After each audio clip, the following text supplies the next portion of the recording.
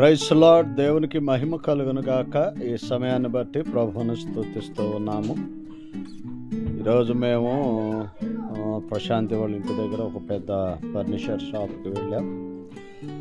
ఆ షాపుని కొన్ని వాళ్ళకి ఏవో కావాల్సిన వాటిని చూడాలని చెప్పేసి ఆ షాపింగ్ మాల్కి వెళ్ళినప్పుడు ఆ షాపింగ్ మాల్ ఫర్నిచర్ సోఫాలు, డబుల్ కాట్లు, టీవీలు, అలాగే ఏవి అంటే గృహోపకరణములు, ఇంటికి కావలసిన ఇంటీరియర్ సంబంధించిన వస్తువులన్నీ కూడా దొరికే ఒక పెద్ద మాల్. ఈ మాల్లోనికి వెళ్ళటం జరిగింది.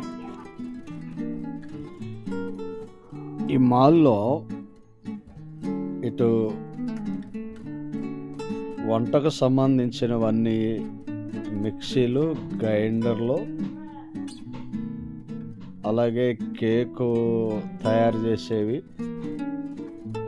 కెటిల్స్, ఇలాగ రకరకాలుగా ఈ గృహోపకరణములు మనం చూస్తూ ఉంటాం.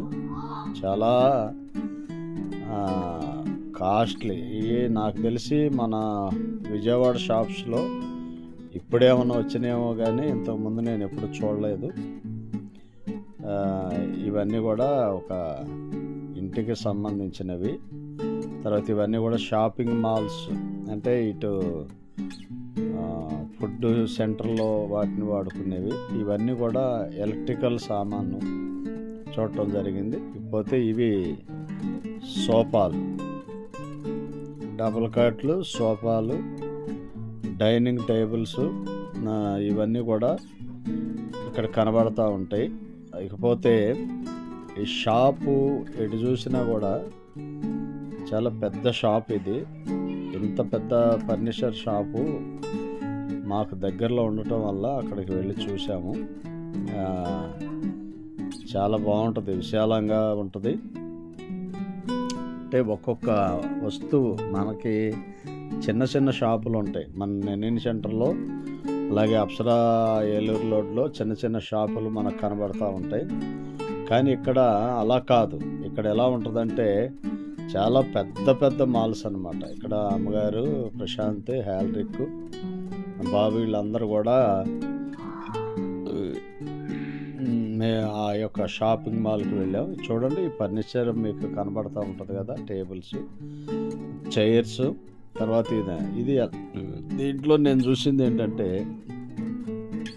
కొనుక్కునే వాళ్ళు వచ్చి అక్కడ కూర్చొని దాదాపుగా వాటన్నిటిని చెక్ చేసి ఇష్టమైతే తీసుకొని వెళ్ళొచ్చు. కానీ ఎంతసేపు ఉన్నా ఏం చేసినా దాన్ని వాడుకున్నా కూర్చున్నా ఏమైనా వాళ్ళకి ఏమీ అనరు. డబుల్ కాట్ బెడ్స్ అయితే చక్కగా పడుకుంటారు. పడుకొని వాళ్ళకి అన్నీ నచ్చి ఓకే అయితేనే వాళ్ళు దాన్ని తీసుకుంటారు. మన దగ్గర అయితే చేతులు పెట్టనివ్వరు, తర్వాత పడుకోనివ్వరు, కూర్చోనివ్వరు. కానీ ఇక్కడ అలా కాదు. పడుకోవచ్చు, కూర్చోవచ్చు, చూడవచ్చు, వాటిని అటు ఇటు కదిలియచ్చు.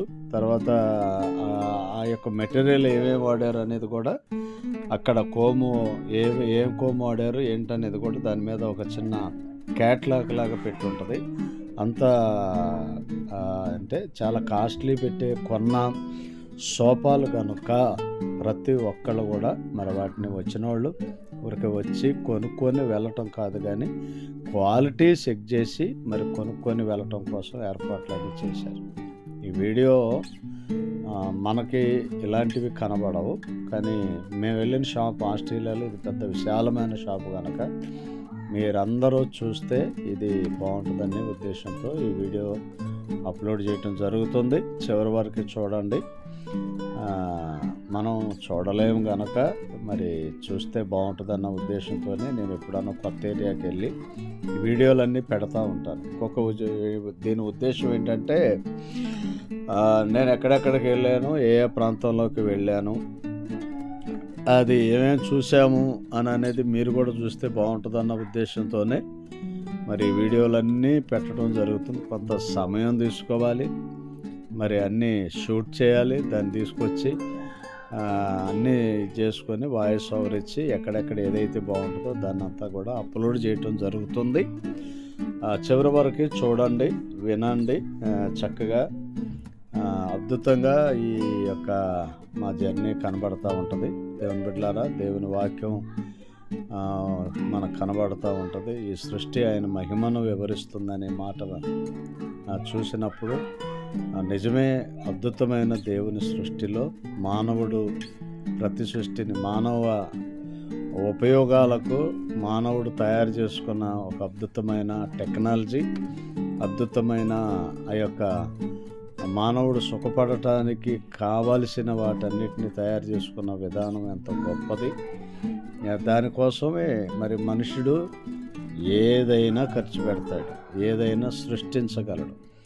దేవుడు సృష్టిని చేస్తే మనుషుడు ఆ సృష్టిలో ఉన్న వాటిని ఉపయోగించుకొని వాటి ద్వారా వారి జీవితాన్ని లగ్జరీగా, అనుకూలంగా మనుషుడికి ఎలాగా అయితే ఇష్టపడతాడో అలాగా వాటన్నిటిని తయారు చేసుకొని అనుభవించటం జరుగుతుంది.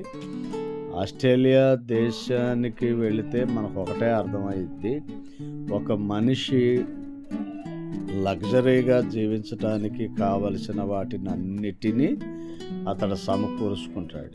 డబ్బు కాదు, బిల్డింగులు కాదు, ఏమి కాదు. తన ఉన్న ఆ చిన్న జీవితంలో సుఖంగా, హ్యాపీగా, సంతోషంగా గడపటం కోసం ఎంతైనా ఖర్చు పెడతాడు. అలాగని దానికోసమే ఈ లగ్జరీ షాపులు, ఫర్నిచరు, ఇదంతా కూడా దీనికోసం వాళ్ళు ఏమైనా చేస్తారు, ఎంతైనా ఖర్చు పెడతారు. వాళ్ళ కార్లు, వాళ్ళ సోఫాలు, వాళ్ళ టీవీలు, వాళ్ళ ఫర్నిచర్, వాళ్ళ యొక్క విధానం అంతా కూడా చాలా లగ్జరీగా ఉంటుంది. అది మీకు అంతా తెలియటం కోసం మాత్రమే ఈ వీడియో తీసి అప్లోడ్ చేయటం జరుగుతుంది. కొంత రిస్క్ అయినా పర్లేదన్న ఉద్దేశంతోనే తీసాం. చూడండి, చివరి వరకే దాదాపు అయిపోవచ్చినట్టుంది. అందరికీ వందనాలు. ఈ వీడియో చూసిన అందరికీ గాడ్ బ్లెస్ యు ఆల్. దేవుని కృప